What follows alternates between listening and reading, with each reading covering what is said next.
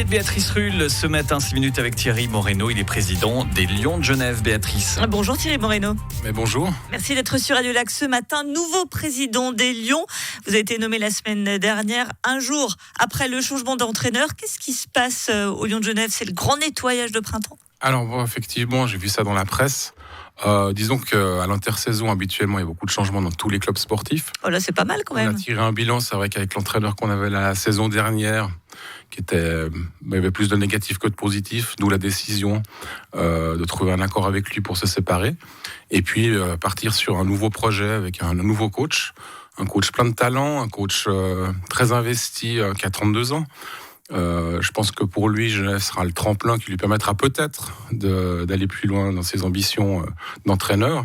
Et puis un coach aussi qui connaît parfaitement le basketball helvétique, puisque il est entraîneur des U20 de l'équipe nationale, il est coach assistant aussi de l'équipe nationale.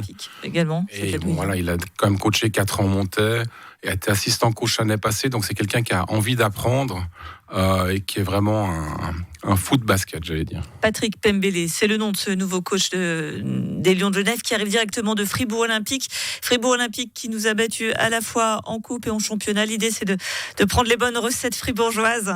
Alors effectivement, peut-être qu'il nous donnera certaines clés qui nous permettront d'être encore un petit peu meilleurs contre Fribourg.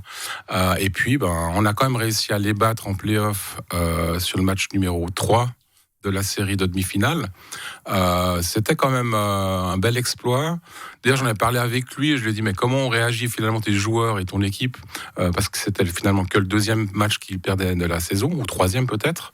Et il m'a dit, voilà, on a vite été secoués. D'un coup, j'ai eu les téléphones des joueurs. On commençait déjà éventuellement à se dire, mais moi, pense bien. Enfin, juste pour dire que je pense qu'un bon coach ou un bon chef d'entreprise, c'est aussi celui qui est capable de coacher une équipe quand il fait mauvais temps.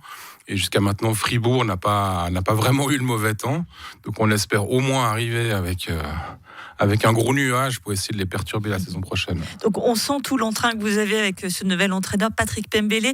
Mais on a aussi compris dans vos mots au début de ces interviews que c'était plus compliqué avec Dragan Andrejevic, l'ancien entraîneur, que la greffe n'avait pas vraiment prise finalement. Alors, Qu'est-ce qui ne s'est pas bien passé? Il est arrivé quand même comme notre sauveur à la saison précédente, sur la dernière partie du championnat. Donc il a eu tout ce crédit qu'il a accumulé suite à notre séparation avec Alain Attala la saison passée. Et puis on lui a donné ce crédit et il faut le laisser préciser qu'il a fait un excellent travail à ce moment-là comme sauveur. Après, les raisons pourquoi... je dirais que sa manière de coacher l'équipe s'est étiolée avec le temps. C'est très difficile de savoir véritablement ce qui s'est passé. Évidemment, une alchimie à avoir avec les joueurs, avec les leaders dans le vestiaire. C'est un constat d'échec.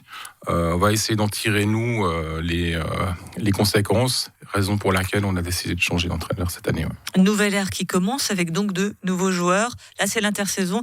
Vous êtes en pleine tractation, Thierry Moreno. Alors oui, j'ai eu ma première nuit agitée comme président. Alors effectivement, je serai élu lors de la prochaine assemblée générale. Donc pour l'instant, je suis candidat président, je tiens à le préciser. Mais effectivement, on a eu des discussions encore tard avec un joueur hier soir, où c'est qu'on essaie de trouver un accord. Et puis, forcément, première chose ce matin que j'ai fait, j'ai encore envoyé un petit message pour essayer de voir si on arrivait finalement à trouver un accord commun. Donc peut-être qu'on aura cette surprise-là pendant l'émission. Mais laissez bien ouvert votre téléphone. C'est quel type de joueur, au moins, qu'on ait une petite indication? C'est un joueur qui fait partie du roster et je pense que c'est un joueur qui est cher au cœur des Genevois, puisque c'est un joueur du terroir. Raison pour laquelle on a envie de continuer l'aventure avec lui. Alors vous allez prendre la tête des Lions de Genève, vous remplacez Ogi Kapetanovic qui n'est resté que 2 ans à la tête des Lions après la longue ère Imad Fatal. C'est pas simple de s'inscrire dans ce club après une si longue ère d'Imad Fatal, plus de 10 ans, et puis cet intermède mais de 2 ans d'Ogi Kapetanovic.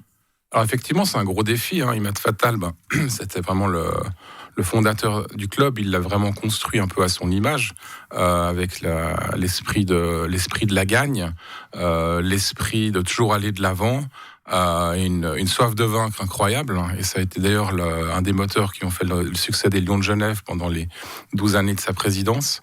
Et puis, ces 2 dernières années, effectivement, Guy, alors, je pense que son choix était logique, puisqu'il est aussi et va rester président du GSBBC, qui est donc le club, la partie, je dirais, junior de notre club, donc qui sont devenus aussi les Lions de Genève en l'occurrence, et aussi pour souligner que ça va nous permettre de continuer cette collaboration avec le mouvement junior pour essayer de faire émerger des joueurs genevois, parce que véritablement je suis convaincu que Genève est une terre de basket.